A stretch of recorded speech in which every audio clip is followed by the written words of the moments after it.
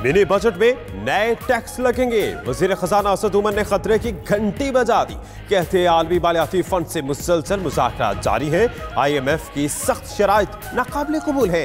जैसे ही अच्छा programme final होगा IMF से मुआहदा कर लेंगे। बिजली और गैस की कीमतें सिर्फ अमीरों के लिए बढ़ाई गई।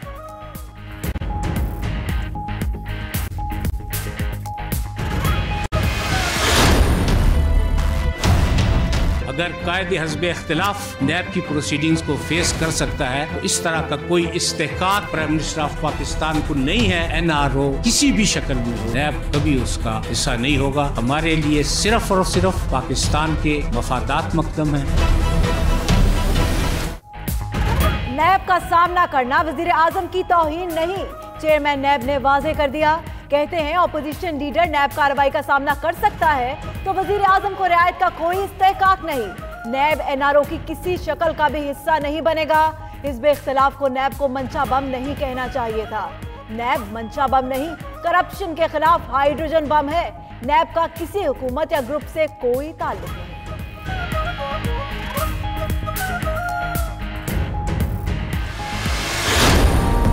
172 लोगों के नाम ज्वाइंट इन्वेस्टिगेशन टीम की रिकमेंडेशन के ऊपर काबीना ने एग्जिट कंट्रोल लिस्ट में डाले थे। एक बहुत बड़ा डाका सिंध के अवाम के हकूक के ऊपर डाला गया। पाकिस्तान पीपल्स पार्टी के चेयरपर्सन आसिफ जरदारी, वजीर आला सिंध मुराद अली शाह और जो उनकी बहन है आसिफ जरदारी साहब की फरियाल तारपुर, वो मरकजी किरदार है।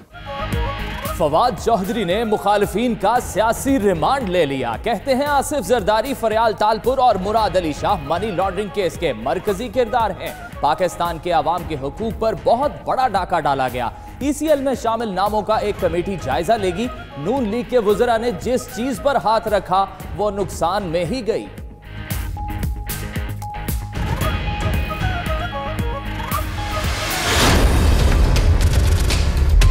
ये एक बहुत बड़ा मामला है। मैं समझता हूँ कि पाकिस्तान की तारीख का पनामा के बाद ये सबसे बड़ा केस है, जिसके अंदर साबिक सदर पाकिस्तान आसिफ अली जरदारी ने जालसाजी कहें या धोखाधड़ी कहें, उसके तहत अपने असासे छुपाए।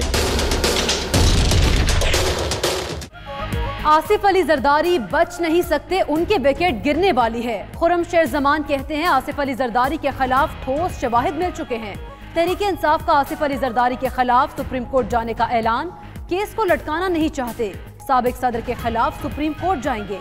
PTI ने आसिफ अली जरदारी के खिलाफ नाअहली की दरख्वास्त वापस ले ली।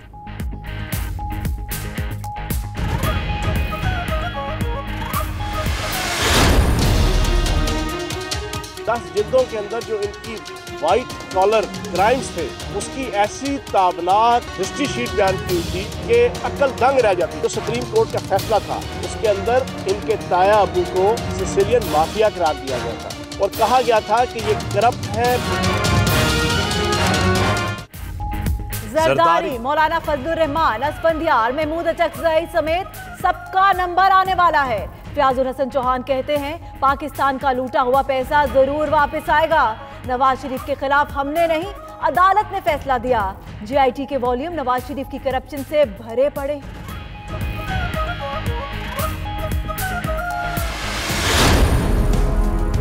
आपने मेरे हाथ और मजबूत किए हैं। मैं इंशाअल्लाह ताला मुझे उम्मीद है कि रेजोल्यूशन यूनानिमसली पास हो जाएगी। सबने सपोर्ट की है। इस रेजोल्यूशन के साथ में दोबारा इंशाअल्लाह कल तक हम लिख देंगे कि CCI की मीटिंग जल्द कॉल करें। वज़ीर आला सिंध मुराद अली शाह का सिंध असेंबली में धुआंधार खिताब। कहते हमारी हुकूमत कुछ लोगों को खटकती है। वफाकी हुकूमत साथ नहीं होगी तो सूबे के मसाइल हल नहीं होंगे। वज़ीर आला सिंध ने फरवरी में थरकोल प्लांट से बिजली की पैदावार की खुशखबरी सुना दी।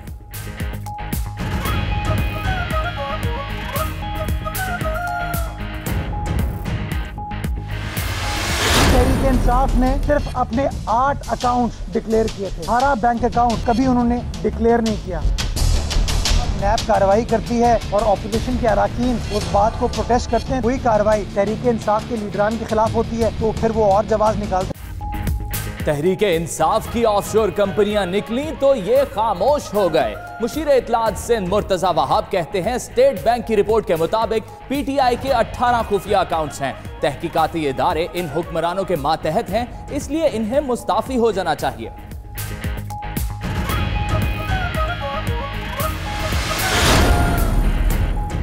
क्या पीपी और नून लीग में कुर्बतें बढ़ने लगी हैं? साबिक गवर्नर पंजाब और पीपी रहनुमा मखदूम अहमद महबूब की नवाज शरीफ से जेल में मुलाकात। जराये के मुताबिक मुलाकात में अहम सियासी उमूर पर तबादला ख्याल किया गया।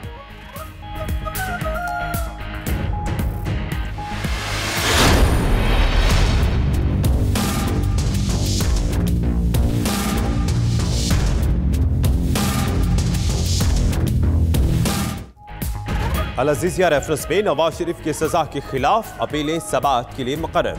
इस्लामाबाद हाईकोर्ट नवाज शरीफ की दोनों दरखास्तों की समाअत 21 जनवरी को करेगी। उधर कोट लखपत के कैदी नवाज शरीफ से वालिदा, बेटी समेत फैमिली मेंबरान और लीगी रहनुमाओं की मुलाकात। घर से तैयार खाना भी साथ लाए। जेल में टीवी नहीं, हीटर है लेकिन गैस नहीं मिलती। नवाज शरीफ के शिकवे।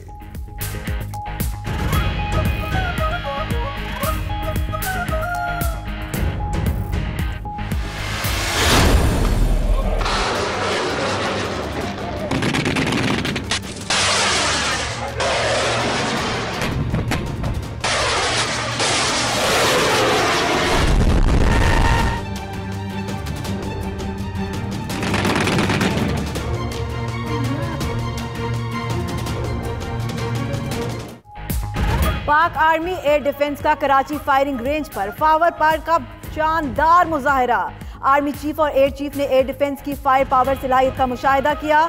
ISPR के मुताबिक एयर डिफेंस वेपन सिस्टम से फायरिंग मश्क अल बयाज 2019 की इख्तितामी तकरीब का हिस्सा थी।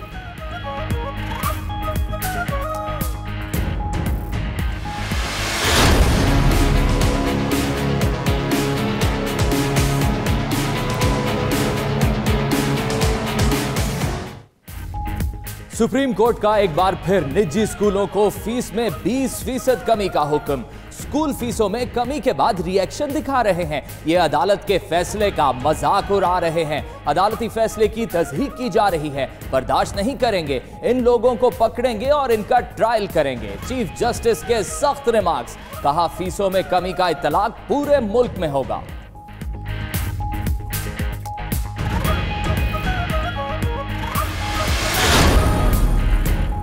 जायद फीसों पर पंजाब और सिंध हुकूमत का एक्शन। मुराद रास कहते हैं बेकिन हाउस, सिटी स्कूल, रूट्स और दीगर स्कूल्स को जायद फीसों पर जुर्माने किए। असातिज़ा की तनख्वाहों में कटौती की भी इत्तलात हैं।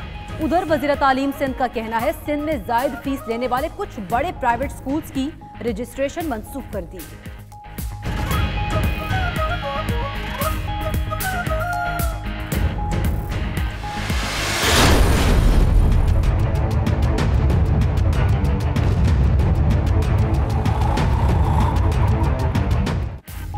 बहरिया टाउन का एक और स्कैंडल सामने आ गया। शहरी ने मलिक रियाज पर बहरिया टाउन का मंसूबा धोखे से हथियाने का दावा कर दिया। आसिफ आरिफ कहते हैं मंसूबा साथियों के साथ मिलकर शुरू किया, हमें धोखे से बाहर कर दिया गया। शहरी की चीफ जस्टिस से नोटिस लेने की अपील।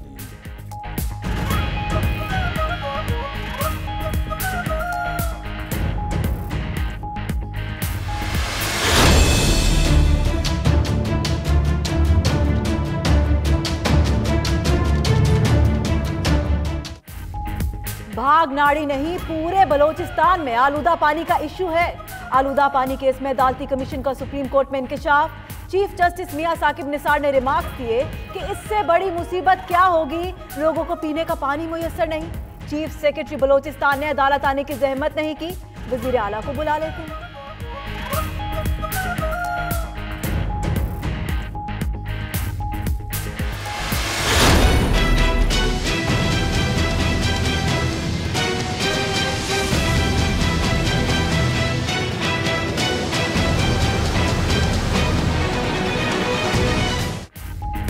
आजम सवाती का बतौर वफाकी वजीर साइंस एंड टेक्नोलॉजी इस्तीफा आखिरकार मंजूर।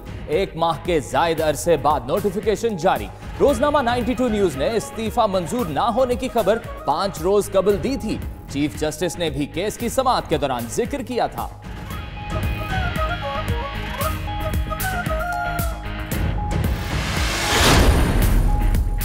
सिंध में 17,000 एकड़ अराजी बागुजार करवा ली। वकील सिंध हुकूमत का अदालत में बयान, यकीन नहीं आता सिंध में कब्जा बागुजार हो गया। वजीर आला सिंध अदालती हुकुम का कहते हैं सरकार अपनी जमीन खुद क्यों नहीं बागुजार करवा लेती। सारे बड़े बड़े लोग मुल्क का नुकसान कर रहे हैं। चीफ जस्टिस के जंगलात की कटाई से मुतालिक केस में रिमार्क्स।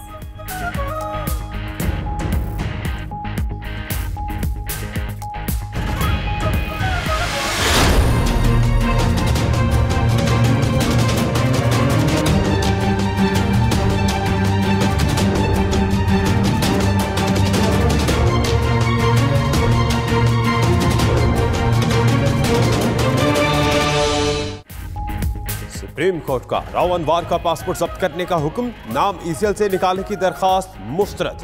राव अनवर ने जवान बच्चा मार दिया, वो कैसे बरी हो गए? वो लूटा पैसा बैरून जमा कराना चाहते हैं। जब तक ट्रायल मुकम्मल नहीं होता राव अनवर पाकिस्तान ही रहेंगे, उनकी फैमिली को भी पाकिस्तान बुला ले। चीफ जस्टिस की रिमार्क्स।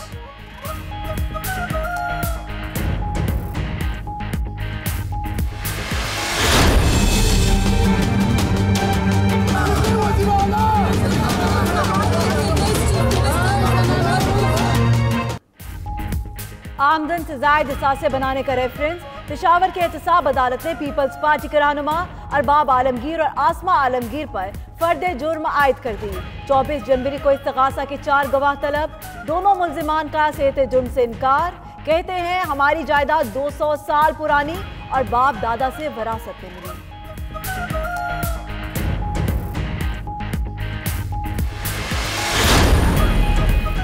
अमीर मकाम भी मुश्किल में फंस गए। एंटी करप्शन सेल ने अमीर मकाम एंड कंपनी के खिलाफ तहकीकात का आगाज कर दिया। 35 किलोमीटर अलपुरी शांगला रोड अमीर मकाम एंड कंपनी ने तामीर की। 2009 में शुरू होने वाला 85 करोड़ रुपए का मंसूबा 280 करोड़ रुपए तक जा पहुंचा।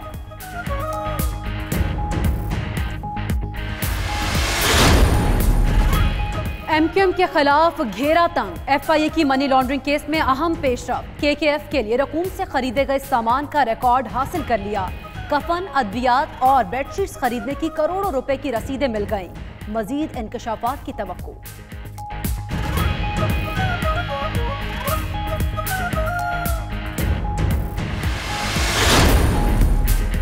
एमक्यूएम पाकिस्तान की साबिक और मौजूदा अरकान असम्बली भी दहशत गर्दों के निशाने पर। साबिक रुकन सिंध असम्बली कामरान अख्तर को भी धमकी आवेश टेलीफोन। एमक्यूएम रहनुमा ने आईजी सिंध को आगाह किया, कहते हैं पहले भी 3 हमले हो चुके, जान को खतरा है, सिक्योरिटी दी जाए।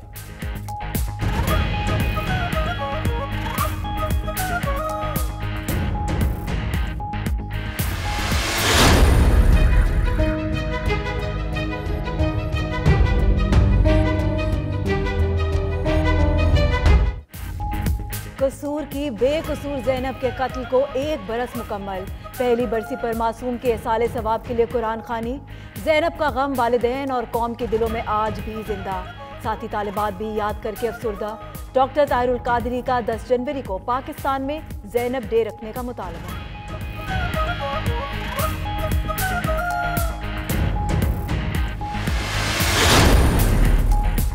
वजीर मजहबी उमूर नूरुल हक कादरी सोशल मीडिया पर जाली अकाउंट से तंग। वजीर मजहबी उमूर ने जाली अकाउंट्स खत्म करने के लिए मुतालिका हुकाम को खत लिख दिया।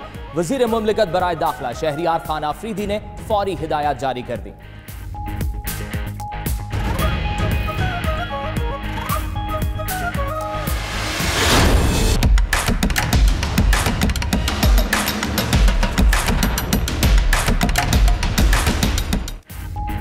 आलमी शोहरत याफ्ता फुटबॉलर्स काका और लुइस फीगो का कराची पहुंचने पर शानदार इस्तकबाल। सिंधी टोपी और अजरक पेश। फैंस की बड़ी तादाद आलमी स्टार्स की एक झलक देखने पहुंची। दोनों स्टार फुटबॉलर्स के एजाज में मकामी होटल में तकरीब का एहतमाम।